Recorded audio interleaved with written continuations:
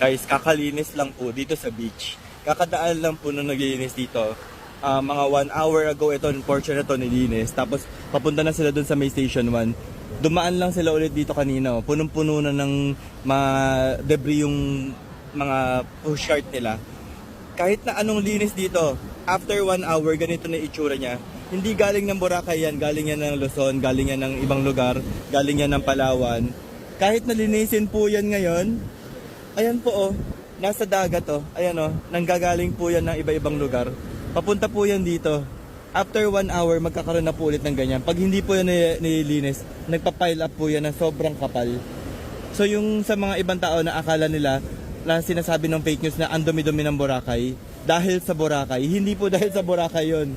Natural po yan, dahil po yan sa nature. Ayan oh, inaalon papunta rito. Inaalon papunta rito.